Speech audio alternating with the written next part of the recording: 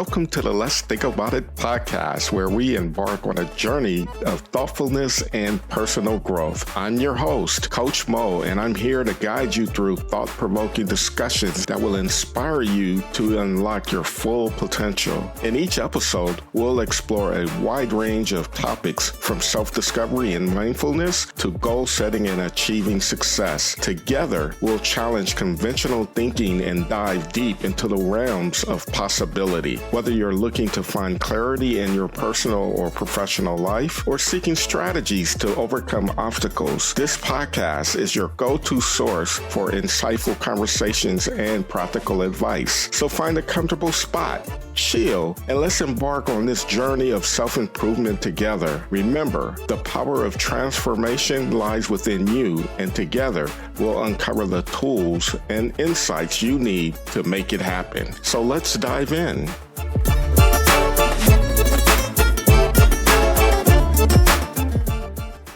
Welcome to another episode of the Let's Think About It podcast. I'm your host, Coach Mo, and I'm here with another amazing guest. Her name is Mawiyah Demas. Mawi, my sister. What's happening? What is good? Life is great. How you doing? I'm doing good. I'm doing really good. Happy to be here. Happy to share some space with you. Thank you. Thank you. One of the first things that I do with my guests when they come on is I ask them where they checking in from around the country or around the world. So where are you calling in from? I'm calling from Sacramento, California. Satan, what's In the up? house. City of trees. Yes. Born and raised? No, actually, I was born in Southern California, Culver City.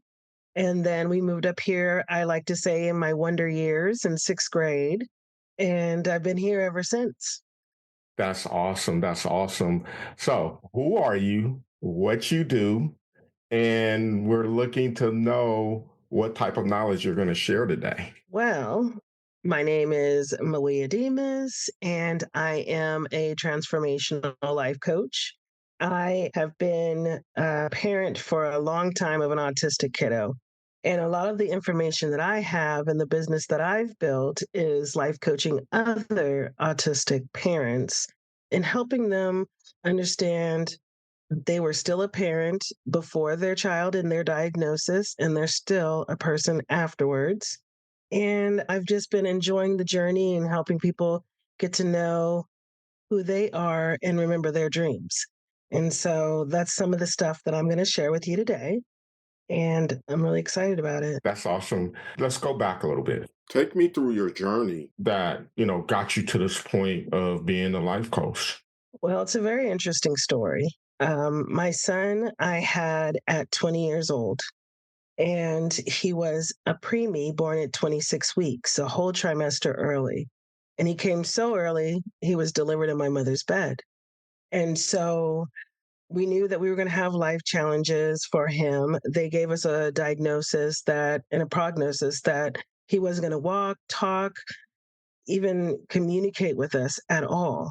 And so my journey started there with my own child and making sure that he has all his services that he needs and therapies and attention. And the journey taught me a lot. And what I noticed when we were out in public, we had other families that would come up to us and ask us questions. And I would happily, share what I knew and understood about autism at that time. He was born in 1990. So a lot of the services that were provided for our children were limited, and even more so for us as parents to have resources. And so it all started with Che. It all absolutely started with Che.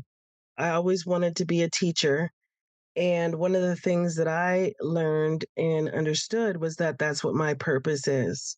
And so I started life coaching and helping other parents to find resources and even for advocacy, because we had a hard journey with the school districts, his medical providers. They would quickly shoo us off and not answer questions because they didn't know a lot of the information. And so I had to read a lot, learn a lot, talk to a lot of other parents and professionals, teachers mostly, and kind of learned how to navigate my child's autism.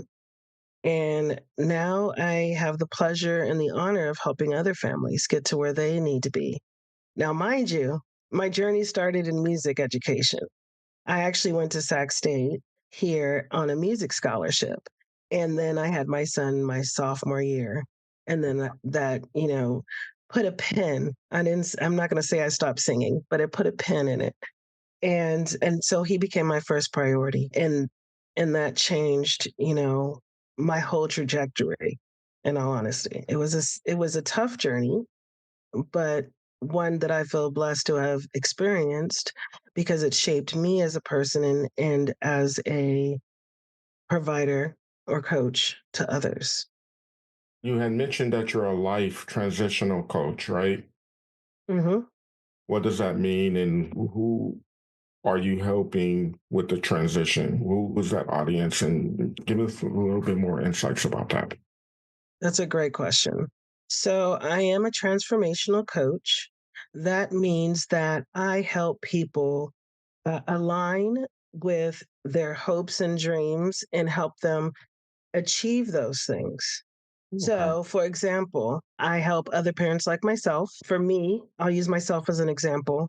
I reunited with music, right? I started singing again and making sure that I made time for that. Initially, when I had my son, it put me into a tailspin, I would say.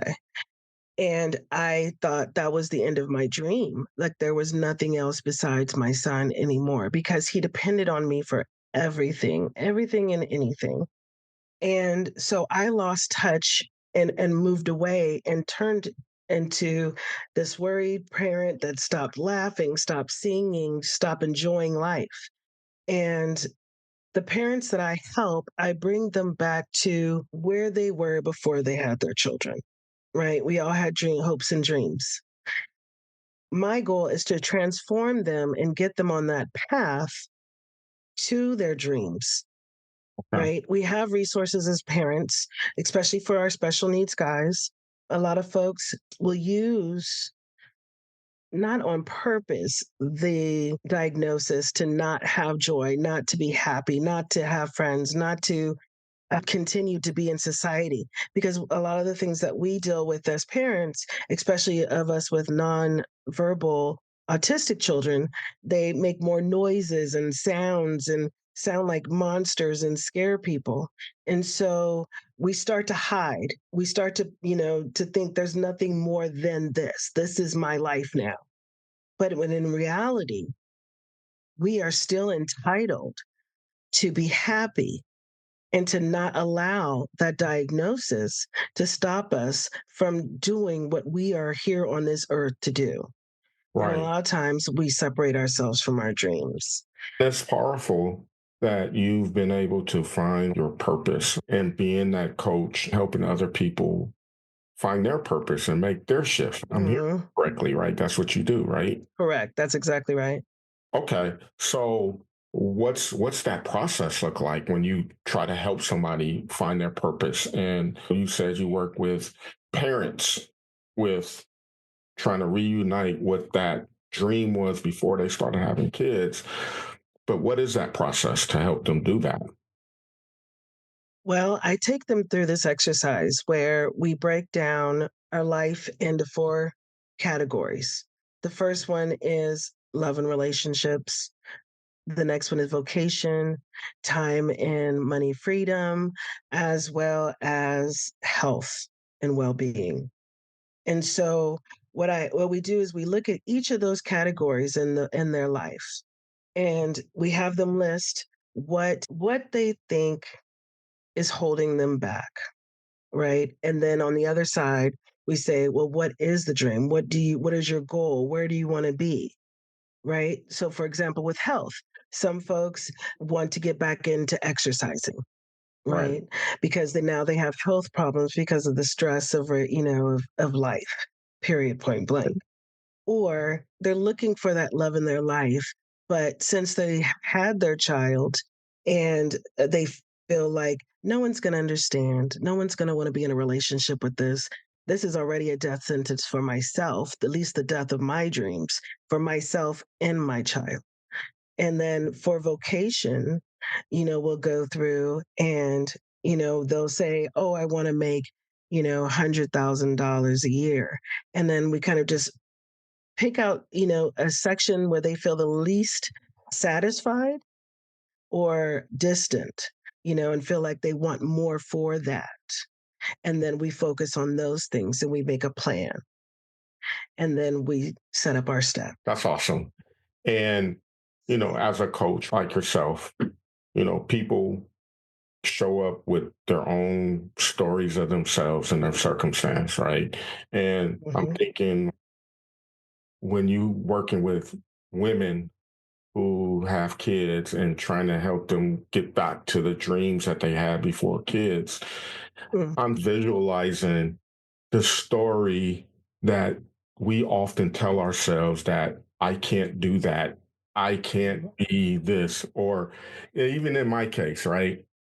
I can't get that football physique that I used to have when I played, right? Right. And then you just kind of believe that, and then you Mm-hmm. just do not try, and you kind of lose hope, and you go through the motions day in and day out, and nothing ever changes, right? I label that as the inner critic being present, consistently present. Mm-hmm. And Absolutely. you know what I mean? So Mm-hmm. when we talking about the inner critic and you being a transformational coach, Mm-hmm. how do you help them silence that inner critic so that that inner critic can get out of their way and they can step over and start going after that dream? That's a great question. And it's absolutely powerful. One of the things that I help in is identifying those paradigms and understanding where those are coming from. Because a lot of times, you hear something your mother said a couple times, basketball might not be for you, or, that instrument, Yeah. don't know if that's for you. Right. And then you kind of carry that with you, even though that gave you joy and it gave you a little light inside. And you're like, oh, well, if mom didn't like it, someone else, I can't bring this out and about, you Right. know? And so I like to address the paradigms. And then once we've addressed them, we look to see where they came from. And then we realize a lot of times it's just insecurity and fear. And one of the exercises that I do is called befriending your fear, Yeah. recognizing it, taking its power away, calling it out by its name, and then putting it on the shelf because now you've identified it. Because a lot of times we're scared of things and we build ourselves up. The anxiety goes up. You're sweating, you're shaking, and you're thinking, oh, I absolutely can't do this. And then you do it and you're like, what the heck was I afraid of? Exactly. And Yes. it's just that monster under the bed that has no power. And So, here's the other thing. I have my inner critic. You have your inner critic. mhm, Parents have their inner critic. Everyone has an inner critic, right? absolutely. So I'm going a little deep. So I'm thinking Hope about the so. clients you work with, right? Hmm. And like you said, you have parents, you're trying to help them transform and get back to the way that they used to be, right?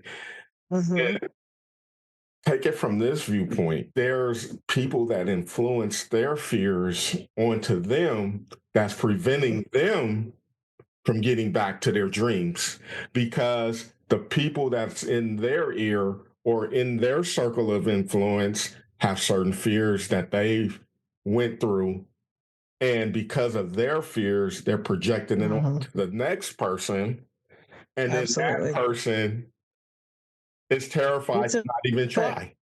Yeah, yeah, absolutely. It's kind of like when you have a parent, like okay, I'm going to use myself an example. I don't like avocados. I absolutely don't like them. But as a parent, made sure that my child tried the avocados several different ways before he was able to say he didn't like it. I say that because a lot of times, like you said, our dislikes, our fears, our past experiences, a lot of times we do put them onto other people, right? We try to stop them or criticize them from doing that because you don't have the vision that that person has, right? Right. They have this goal, they have this purpose, for doing whatever it is, going to college. We have parents that have talked children going to college because they don't want their children to move out, right? Right. And so again, that's where I help folks identify that it's their fear versus someone else's fear. So now we've got broken it down into half. A lot of times it's 50-50, Right. ours and theirs. And then we kind of look at, not kind of, we look at and see why maybe that fear, why maybe that motivation to keep someone so safe or keep them so small because they don't want them to get hurt or disappointed, because sometimes you just have to take the chance. And Right. again, the fear, what you're fearing, isn't always the case. Like we build it up so much in our minds, and we have to stop and listen to the small, still silent voice or soft voice in our heads and in our spirit, and go, okay, I can do that. That's going to be the quiet voice. The voice that's screaming out loud is usually the thing, that fear, that anxiety, somebody else's ideas or paradigms that are rearing their ugly heads. And Okay. so we practice this for about 6 to 12 weeks, depending on the program that they sign up on, because it's so important to know why we do what we do and Right. notice what we're noticing and why, right? Yeah. So that's No, kind of that's what I powerful. help. That's powerful. So let's just say I'm your client Hmm. and you just took me through your steps and I've identified the fear. Hmm. All right. Now what? I identified what happens for me now.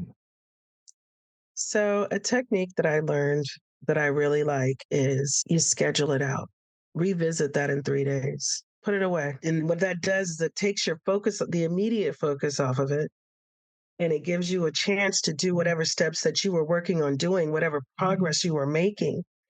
And then by the time like I'll say 3 days from now, which would be Monday at 6:30 p.m.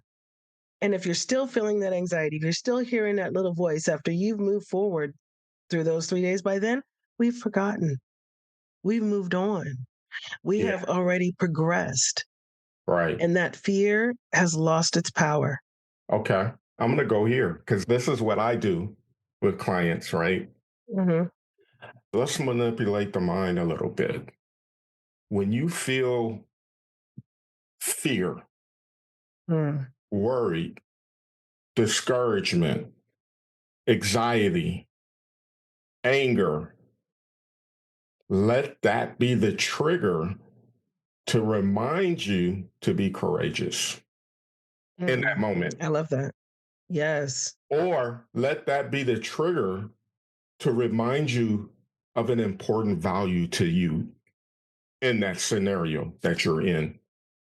Right. So, what I Yes. mean by that, let's say the value I'm going to pick is integrity. Mm. Integrity is very important. That's my number one value, right? Absolutely. Okay, so I got to speak in front of an audience. I got to do this Hmm. presentation at work or something.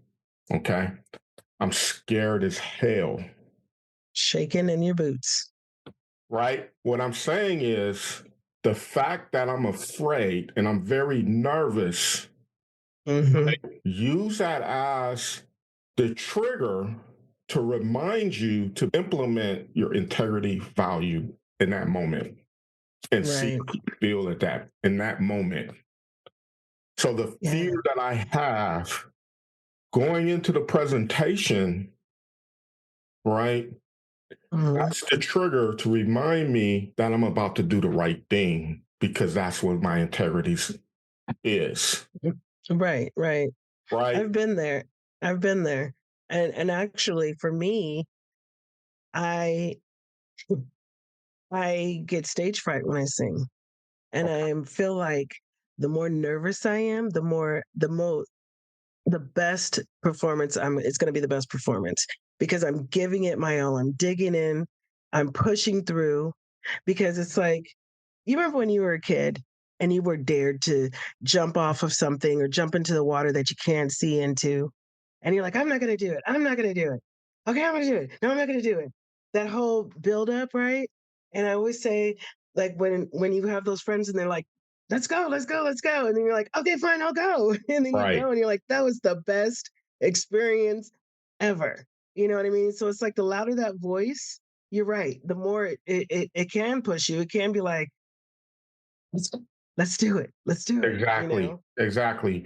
And it's that point that I made about the value aspect. It's another strategy to get Mhm. through the uncomfortable state of being that you might be in that moment. And that's another tactic, right? Because what I help coach my clients on, because I'm an energy leadership coach. And when you feel those unwanted emotions, the fear, the doubt, the guilt, the hopelessness, those type of things, in that moment of that feeling, you're stagnated, Right. stuck, right? But then if you can remind yourself of a certain value or take certain actions, it moves Mhm. you away from that feeling into a more desirable state of being, which I Yeah. call antibiotic energy, where you start to Mm. feel really good and confident, Mhm. encouraged, Mhm. synergized.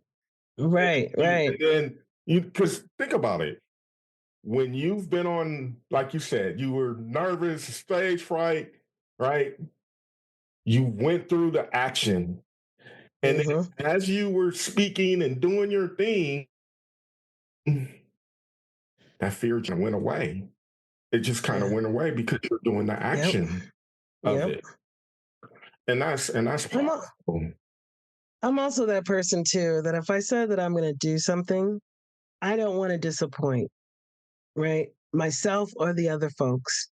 And so I tell myself, well, I said I could do it. I'm going to do it. Let's go. You know what I mean? I have to be Right. my own cheerleader and like really kind of keep my eye on the ball and it's like, okay, this is what I said I'm going to do.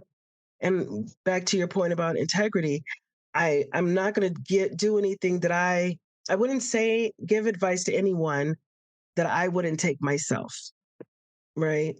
Right. So if I'm afraid, it probably means that I'm I'm on the right path. Like for example, me doing this full time, I had to step into my faith and understand that this is what I'm supposed to be doing.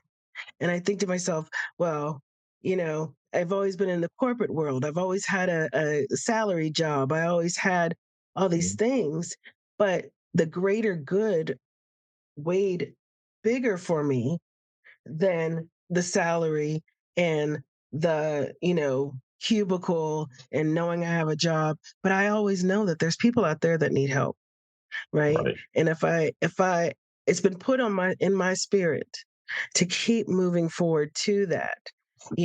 And so I try to give that energy to whomever I'm working with so that they can feel that motivation and kind of fuel what's going on inside and have them realize a fear is just emotion. It's just a thought. And when you have an idea and that you want to do this, you need to do this. This is what your life is supposed to, you're on the right path. Though that people always say, oh, when I just do what I love and it's not a day of work. That's not true. Right. It's Right. always going to Right. be work. It's always going to be self-reflection. It's always going to be hard.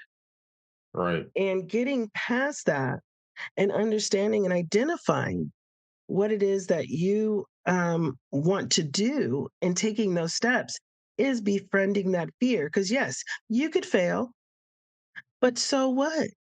The good news is you can get right back up. I don't care if you stumble out on the stage and trip and fall on your face. You just Well, get up.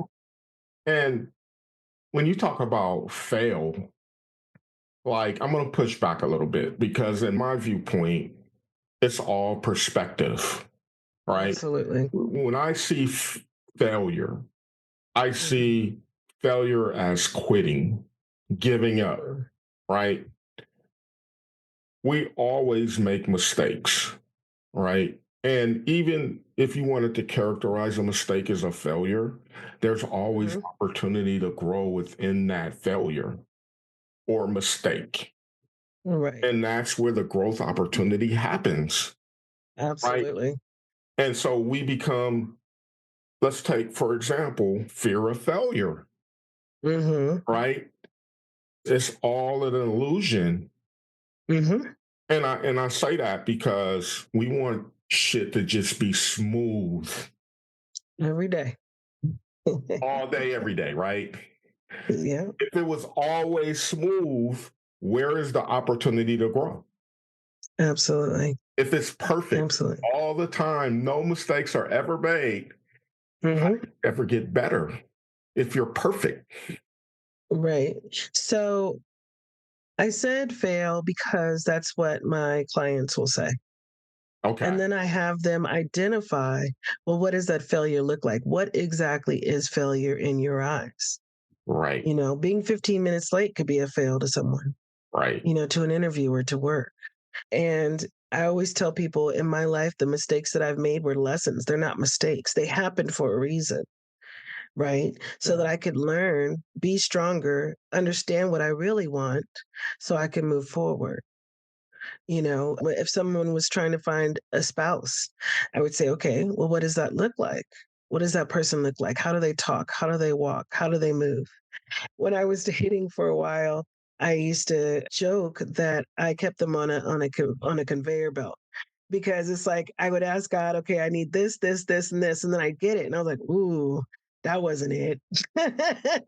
So coming back, whereas some people are like, well, if that wasn't it, then I'm done looking for love. This is silly. I don't want to do it anymore. I'm tired of getting my heart broken and disappointed. Well, the good news is there's always an opportunity to get out and do other things and accidentally find the love of your life, and which is how a lot of people do it. right. Not on purpose and without a plan, So I say all that to say, we make mistakes, but that is not DEFCON 1. That doesn't mean that it's over. That means that it's an opportunity to self-reflect and reapproach, Right. right? And so that's what I get to do with folks each time I talk to them, because and that's something else about befriending your fear, making your little monster little, even more littler, right? Yeah, And because you're taking that power away. that's right. So that's kind of how I see that, and I totally agree. You're absolutely correct. From coach to coach, this is why I admire you because you model the way. You share the story of your transformational journey and from what you went through and how you transformed yourself into, this prosperous life coach that you are now. You had this transformation that you went through and you're paying it forward, right? Absolutely. And you're teaching your clients how to do that. Absolutely. Walking, walking the talk, right? Yeah.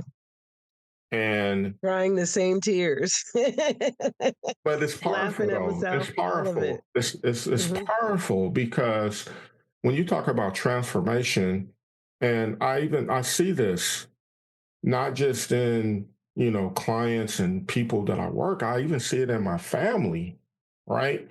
You carry these stories in your head that you Yeah. just believe it to be true. And like I said earlier, that story is flawed as hell and it prevents you from trying. The fact that you're helping a person dismiss that story, change the narrative of the story, and Absolutely. get to the other side of what they used to dream about Mhm. is huge. It's powerful. Thank you.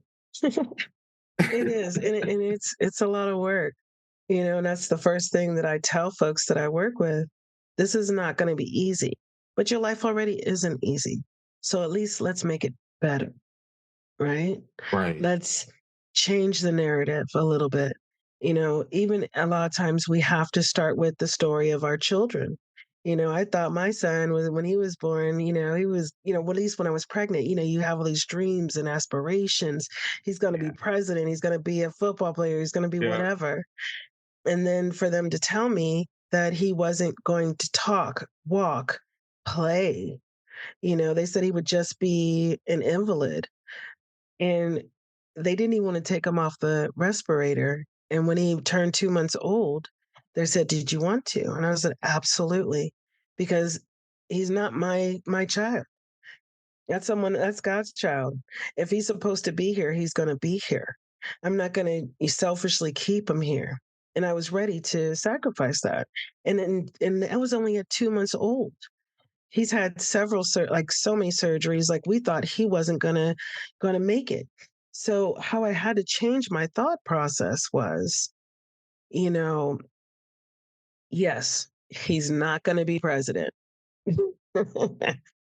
but he brings value to all the folks that he meets. He makes them smile. He makes them feel welcomed. And that's what I focus on is making sure that he can communicate, that he does have the fullest life that he can, because that's what I would want for myself. So I want that for him. And so once we start to get over the boohoos of our own loss of the dreams that we had for our children, then we can, okay, we got that out the way. Now, what do we need to do? How can we make this the best that it can be? Give the best quality of life that we can to them and to us, right? So Yeah. when in case of an emergency and the mask drop down, Yeah. put the mask on yourself, then your job. Yeah. And I Okay. mean, And that's so great. let's That's great. get I'm so into it. happy for you. I really am. Thank you. What's next in your coaching journey? What's next for me is I've had an opportunity to meet with one of the local school districts has created a community outreach program for families with special needs.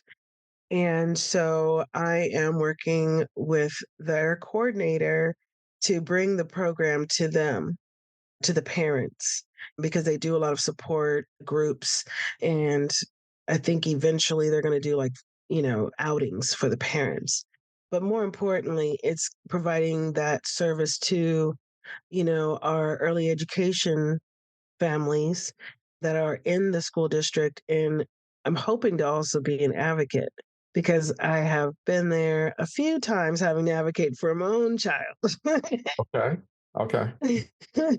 And so that's pretty much where my focus is right now is getting out into the community and getting to where the parents are and just being a resource and an advocate for them. Who are those clients that you work with? Is there a specific group that you work with?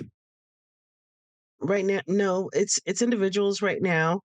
I was, I am actually, excuse me, working with Alta California Regional Center and getting in with those parents. It's literally specifically me feeding into, the parents of autistic children, Okay. Mm, helping them deal with that diagnosis, that prognosis, that lifestyle, and getting them the okay. best tools that, to help them get through day to day. And how can my audience get in contact with you for more information or just to connect with you? Well, I do have a website. It's mawiyahdemas.com. And I also have an email, mawiyahdemas@gmail.com. And that's spelled MAWIYAHDEMAS.com or at gmail.com. Awesome. Lastly, what's a nugget or a thought that you can leave us with before we sign off? I'm going to share the biggest secret that I learned is that life is not hard. It's just the circumstances that we have to get through. So just take a deep breath and take that first step. There it is. Mawiyah, I appreciate you, my sister. Thank you. I appreciate you. I appreciate you. Thank you for joining me in this episode of Let's Think About It. Your time and attention are greatly appreciated. If you found value in today's discussion, I encourage you to subscribe on your favorite podcast platform. Remember, the journey of self-improvement is ongoing, and I'm here to support you every step of the way. Connect with me on social media for updates and insights. You can find me on Instagram and Facebook at Coach Mo Coaching or LinkedIn at Maurice Mabry. Or visit my website at mauricemabry.com for exclusive content. Until next time, keep reflecting, keep growing, and most importantly, keep believing in yourself. Remember, the most effective way to do it is to do it. Together, we're making incredible strides toward a better and more empowered you. So thank you, and I'll see you in our next episode.